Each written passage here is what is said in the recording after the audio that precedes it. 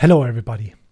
Today we are going to use n8n to optimize your data entry work in SuiteCRM. Specifically, we're using the whole address and breaking it down into its individual parts and storing it in structured data inside your CRM system. Okay, so let's go. For this, we need plenty of things, so let's jump right in. First of all, of course, you need your n8n with this workflow that we're going to build up later on. Just want to quickly go through it. So here we're retrieving a lead. There we're editing a field, preparing a field. We're making an HTTP request to an API. And now we're updating a lead again. So what do we need in the CRM system? So as you can see, these are the standard fields here. And we want to fill them out, but automatically, not manually going into every field. And for that, I've added one more field here, the complete address, which I can just paste like this. So I can copy and paste it from anywhere, emails or from websites or whatever. Just paste it here, drop it here, and don't worry about it anymore. The software will take care of it for me. Then we need GeoAPI. You can register for free here. We need maybe the documentation and some more documentation here. You might know this already from the other videos on the SuiteCRM API. So let's first start with the CRM system. You need to add one field that you want to parse or break down the address into its parts. So I've done this one here. I've added this one. If you don't know how to add fields, check out my video on the fields and customization of your SuiteCRM system. The rest is fairly standard, so we don't have to think about it much. Then what else we need? We need to have a webhook module installed. Check out my video on the webhook module. Here I've got it already installed, so therefore we're good to go. And then we need to create one webhook, which I've already prepared here. And I used the creative name test. Let's go in and change this. So this would be parse address data. Here again, look at my videos on the workflows in SuiteCRM and don't have to go into the details here. It's just like quickly going into this one as an overview. I want to have this only on save, not in the scheduler, and I want to have this on all runs. Don't have to do it repeatedly, but you could if you wanted to. Potentially nothing is breaking, but it could cause a lot of API traffic on the third-party library.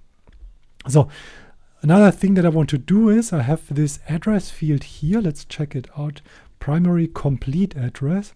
So I want to make sure that I've got the primary complete address not equal to empty value, because otherwise it won't work.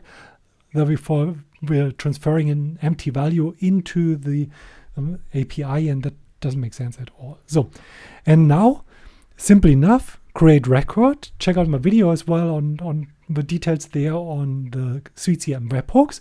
But here, just quickly as an overview, I create this request record or this webhook request record. Call it, I don't know, we can call it something more specific, parse address details. Status, ready to send. Yeah. Type request is form data, not JSON. Here, this is special for you now. This needs to point to your suite, to your n8n installation webhook. So we're going to this one in a bit.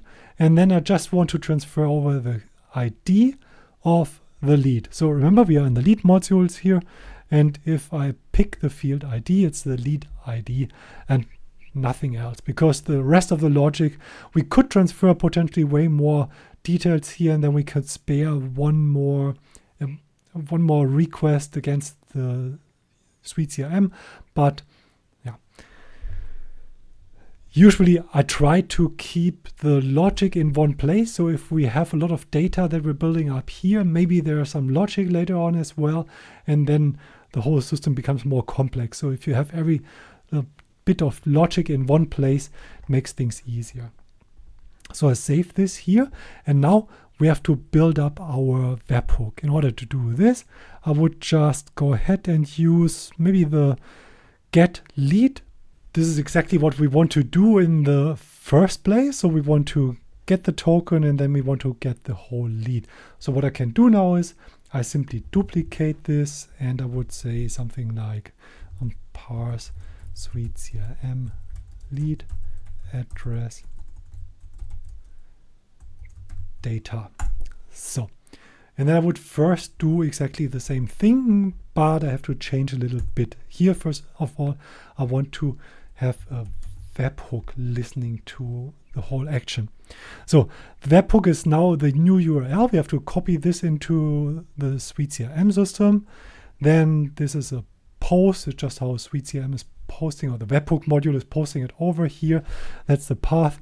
If you want to have some authentication or anything, other details, or simply add this here. But for now, I think we're all good here. So connect this over. I need the URL. So I just click on it to copy it, and then I need to go back into my SuiteCRM system, and I need to update this one here. But it copied the local host since here I've got this inside a Docker stack, and the Docker stack will talk within the stack with each other in a different way. So therefore I have to connect this one here. Usually you should be good to go if you simply copy your we can close this one here from the webhook, the URL. So the next thing that we want to do is we can save this one here. It's active, that's good. And then let's just give it a try after we snip this one here off, because I don't want to get the lead. I first want to see how the data looks like in the webhook. So I first want to test this here. And then in order to test it, I would duplicate a lead and I would get rid of this one, even though it doesn't matter at the moment, but for the next round, this will be easier then. So I'll copy this one into lead 07B. And now our webhook should have triggered already. We can check this one out as well. And at the same time, see, B has already triggered. And then we see this one turned green. Very good. Whilst this turning green, we have the data here from the CRM system. So perfect. This is exactly what I was searching for. Here we've got a body. It only contains the ID of my lead. And now I can progress here. So now I would go to SuiteCRM 8080. So again, this is inside my marketing or my stack. For you, it will be different. And therefore, make sure that you get the right access token. Check out my other videos on the initial integration as well for SuiteCRM and API. So now the next thing that I want to do is I want to go back to the same record that I just retrieved. But instead of using a fixed URL here, I need to turn this into an expression and remove the fixed ID and get the ID that I just retrieved via our webhook. And now it becomes dynamic. And here the access token, that's what we just generated. Ignore SSL issues. You should not if you're in production or somewhere online. I'm not online, therefore it doesn't matter. And response format is JSON, just in case that won't be recognized automatically. So here that looks quite good. So I've got my last 7B. As you can remember, we just did this one here, so therefore this is correct. And there is one field which we need now, and this is this one here. So, and now let's progress. The next thing is I want to prepare my variables because I can't use them as they are out of box. And I need to set a manual mapping. So first of all, I need probably an API key. Where do we get this from? Sure, that's a question. We have to, let's just create a new project, call it temp, so I can delete it afterwards. And then I can simply paste the API key into, where's my n8n? Here. That's what we need in a bit. The next thing that we need is something like an address string, but it needs to be decoded, and I'll show you in a bit how to do this. So first of all, I want to get the variable with a string inside. If we send this one to the API, it will just fail because this is for humans, and since the API is not a human, it needs to read it in a different way. In order to do that, we need to prepare it for the API. So we can just do this one here, make it a string, and this string, we would then URL encode. And as you can see, this now breaks everything. There we go. So, and this now turns the string, for instance, if there's a space, it turns it into a URL decoded string, and the space will be transformed or translated into %20 sign. So, and there might be different ones as well. So if you have like special characters or something inside your address, then this will be transformed as well. But this one can be read by or like received by the API. I test the step again. That looks quite good and easy.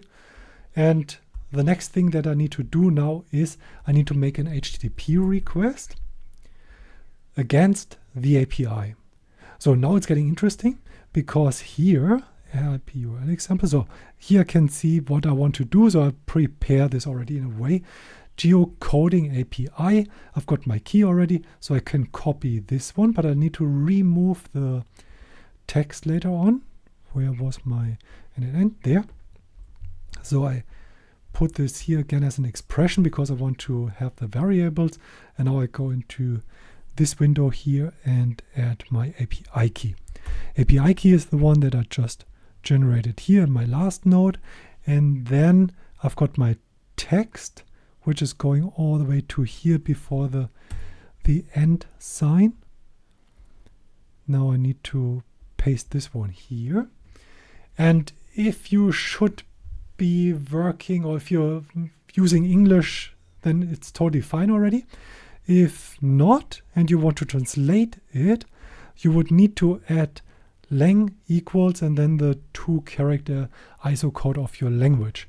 So for me, and in general for just demonstrating it, I want to prepare this as German because I need it anyway in German later on in my system.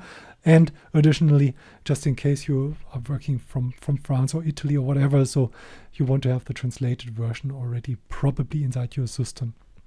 So this is a get. Let's quickly check whether this is all true. So we can see this here. So I'm most familiar with Python or curl, and here we've got the get, as it seems like, because it's all inside the URL request get, as you can see. And other than that, we don't have to transfer anything. So therefore, that's good. Let's test it then and see what happens. And as you can see, city Cologne, that's not a one. Okay. So of course I made this wrong. So it needs to be language, not land. And if I do this again, and now you can see why I chose this address. So this one is close to Cologne, and just the German version would be Köln. And therefore, this is how I want to have it stored later on in my database.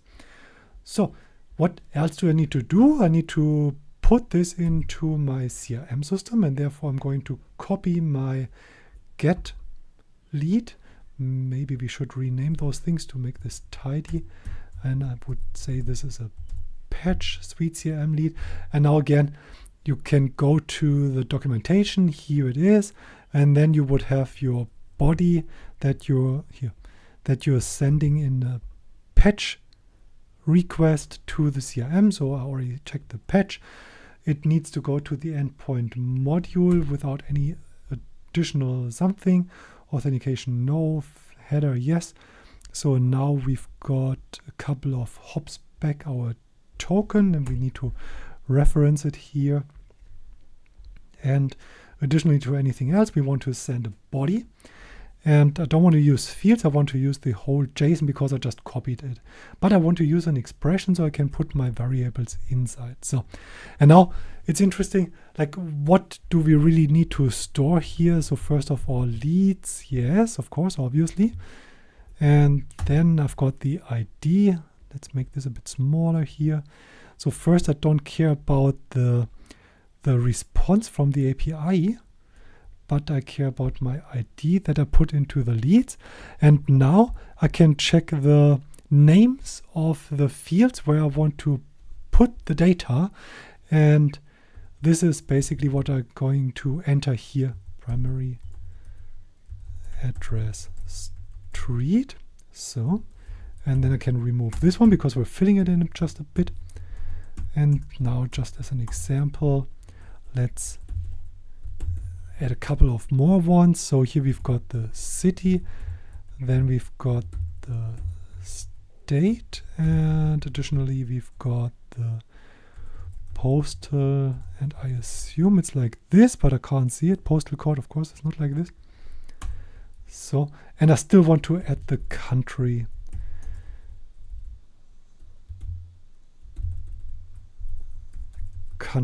And in order to make it a valid JSON, I have to remove the comma at the end. So this is good. That's the structure that I attempt to fill.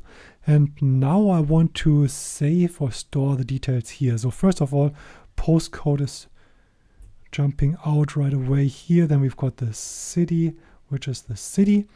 Then we've got the street.